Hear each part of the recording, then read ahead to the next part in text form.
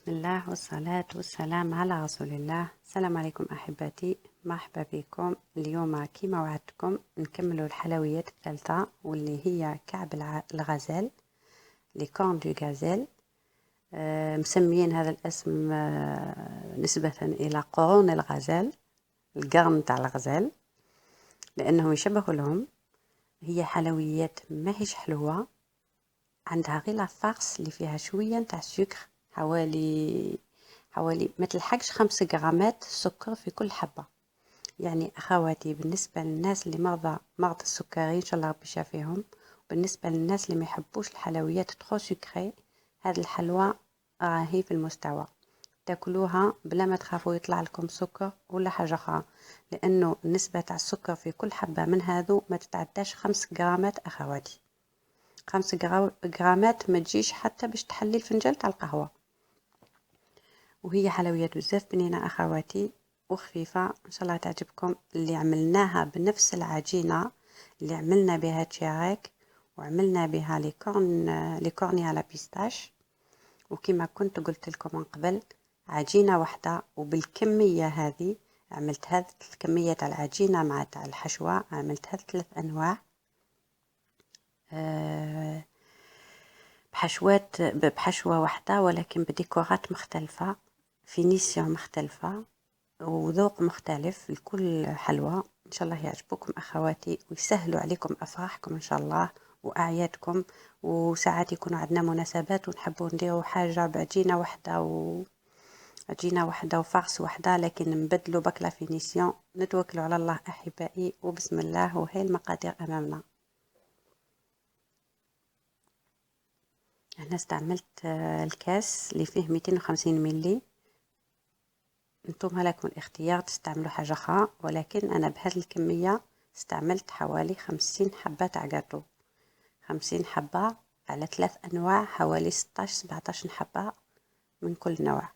في جفنة أحبائي درت لافاني، كاس تاع زيت، كاس تاع زبدة ذايبة، وكاس تاع حليب. مزجتهم مليح كما راكم تشوفوا.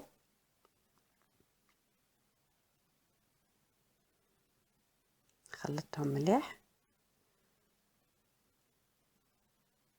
وبديت نزيد لافارين.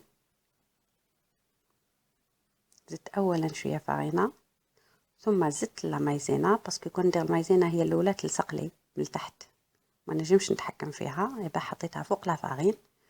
والقاصه تاع الملح اللي تعطي بنه للحلويات تاعنا.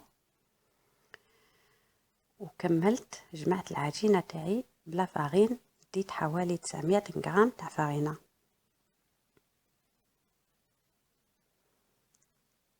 نلم العجينه تاعي ونحطها في كيس بلاستيكي ترتاح إجباري 30 دقيقة. لازم أخواتي العجينة ترتاح ولا فارس أيضا ترتاح. هاي فوالا العجينة تاعنا.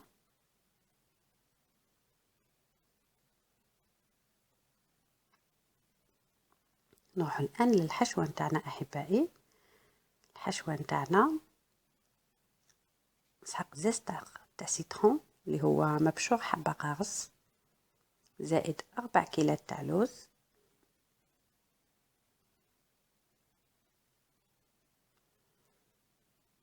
وكيلة سكر.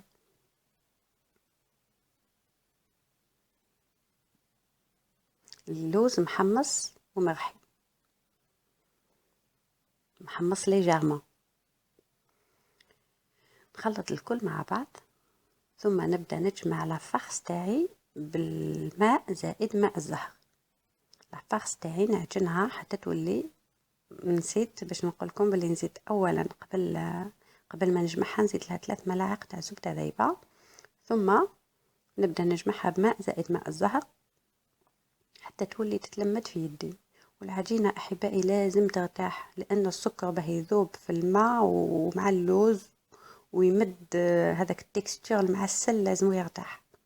يعني اذا كان عندكم الوقت 30 دقيقه، اذا ما عندكمش مينيموم 15 مينوت، مش غير نديرو حشوه ونخدموا بها. وفي الاخير اخواتي زدت عطر اللوز المر، نحب بزاف النكهه هذه تعطي جو مليح للحلويات. وانتم لكم اختيار. نغطي الحشوة تاعي وخليها ترتاح، وبعد ما تكون العجينة تاعي ارتاحت نكسلها ونقطع دي ديسك دوائر، سواء بهذا المول ولا بكاس ولا ببول ولا بوش عندكم. نقطع دي ديسك حوالي 5 مليمترات ونكسلهم. دوكا تبعوني اخواتي باش تتحصلوا على الشكل الجميل نتاع القرن الغزال، تاع كعب الغزال. هنايا شكلت بال بالحشوه نتاعي اصابع بالحشوه كما راكم تشوفوا فيهم في الطبسي، وحطيتهم في الوسط تاع الحبه بعد تاع العجينه بعد ما كسلتها شويه بيدي. ولازم تضغطي اختي، تضغطي من العلو باش تولي عندك شغل خيط رقيق من العلو، تضغطي باش تتحصلي على الشكل الجميل تاع كعب الغزال. نقطعوا الطروف هذو بواسطه هاد لاغولات، وهي ليك الشكل تاع الحبه نتاعي قبل ما ننقشها.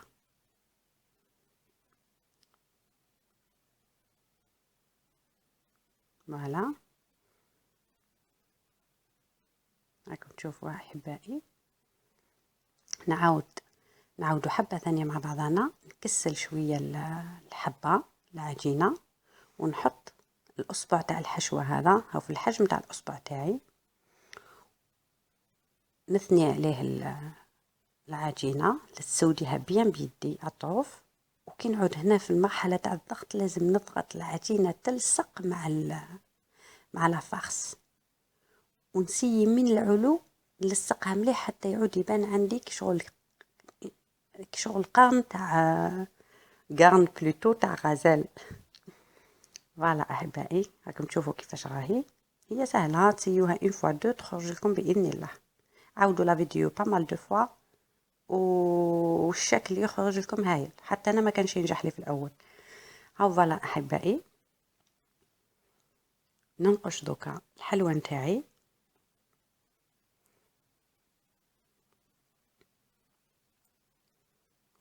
ننقشها وهنا نخالف الاتجاه باه يجيني الشكل جميل. خالف الاتجاه تاع النقشه. هذيك النقشه رايحه لهيه يبقى نجيب النقشه لهنا. فوالا دوك ننقش الجهه الداخليه تاع الحبه تاع الحلوى.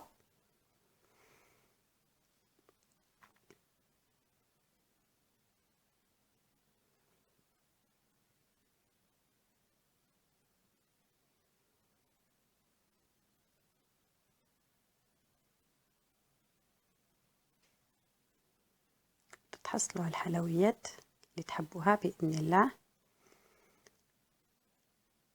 فوالا عاودوا الفيديو اون فوا دو فوا وان شاء الله تنجحوا في هذه الحلوى.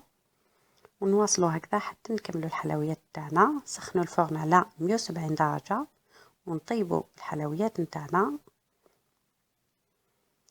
وان شاء الله تنجح لكم احبائي وتعطوا لي تعاليق ايجابيه باذن الله.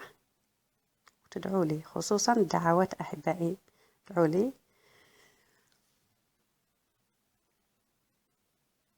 فعلا نواصلوا النقشه تاعنا حتى نكملوا كامل الحبات التوعي.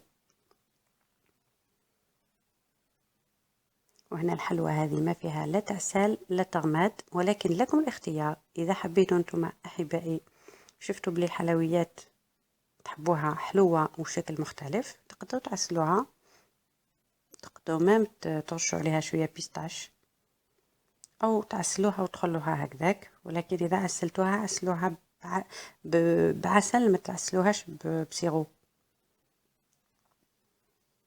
فوالا هاو الشكل تاع الحبه نتاع الحلوى نتاعي، شكل جميل وماهيش حلوه بزاف.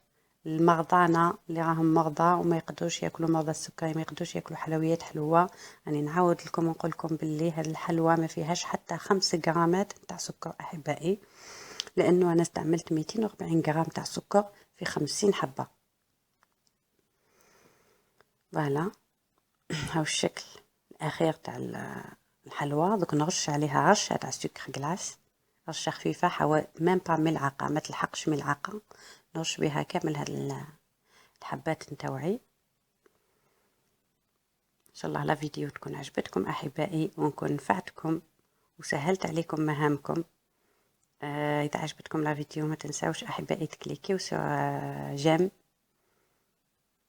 و تابونيو في العشان، ونتلاقى ان شاء الله في الحصة القادمة. والسلام عليكم احبائي ورحمة الله تعالى وبركاته.